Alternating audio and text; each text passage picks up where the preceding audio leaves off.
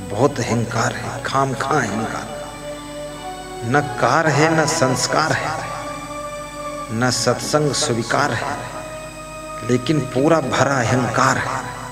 तो समझ लेना कि रावण का प्रभाव तुम पर है।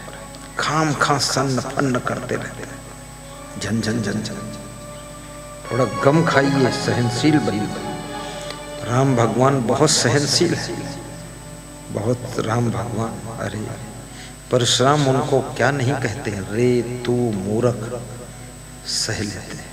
जिन्होंने सह लिया वो जगत पूज्य बने, और जिन्होंने कठोर कह लिया वो पूजा से आउट हो गए।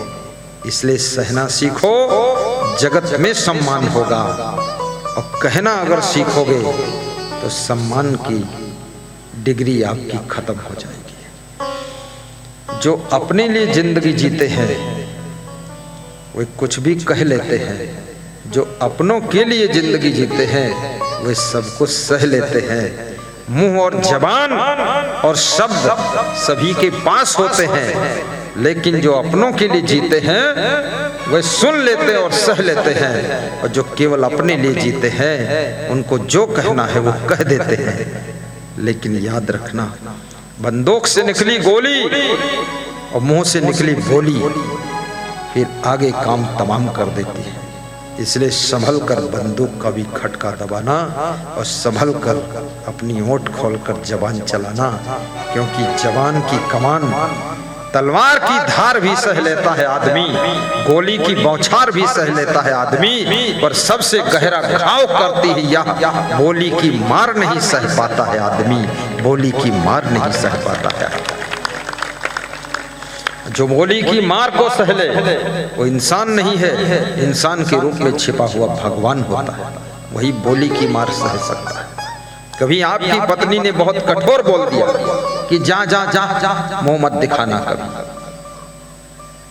तुमने जा करके आत्महत्या कर ली, मर गए, ट्रेन के नीचे कट गए, जहर पी लिया, या चले गए, नहीं लौटे फिर, ये कायरता है।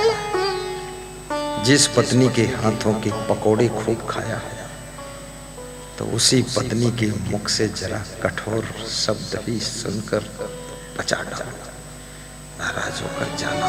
कभी गुस्सा में शब्द निकल गया, क्षमा कर दो, आ जाओ, घर बिगड़ जाएगा, बच्चे इधर उधर हो जाएंगे, पत्नी भी सुपड़खा बनकर घूमेगी, तो कम बुद्धि की है। इसलिए आ जाओ, लौट आओ, तुम नाराज मत हो। कभी आपका पति अगर नाराज होकर गुस्सा में बोल दे, जाओ अपने मायके चली जाओ, यहाँ कभी मत आना, तुम्हारी जरूरत नहीं, फिर भी तुम जाना मत, डटी रहना, हटना नहीं है। ये तो पतियों की भाषा है। इस पति से पूछ लो, मेरे मायके लेने कौन गया था? तू ही तो गया था, मैं अपने आप थोड़े आई हूँ। इतना तूने ढोल बजाई, बैंड बाजा बजाया, घोड़े पर बैठा, तब जाकर मैं आई। अब खुद ही घोड़ा की तरह हिनहिनाता, फालतू बात करता है, नहीं जाऊंगा, यही रहना है। ऐसा प्रेम से रहना, पर कभी ऐसा बोलो मत, बोलना नहीं। पति को भी कठोर बोलने से उस स्त्री की आयु कम हो जाती है,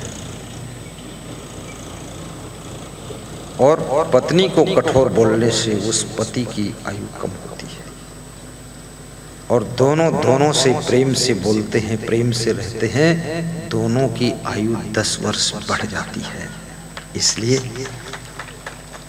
ताली धीरे क्यों बजाते हो? ताली इसलिए लोग धीरे बजाते हैं कि जितनी आयु है इसी को झेलना कठिन है, तुम और 10 साल बढ़ा रहे हो। किसी गांव में एक धनपति व्यक्ति रहता था।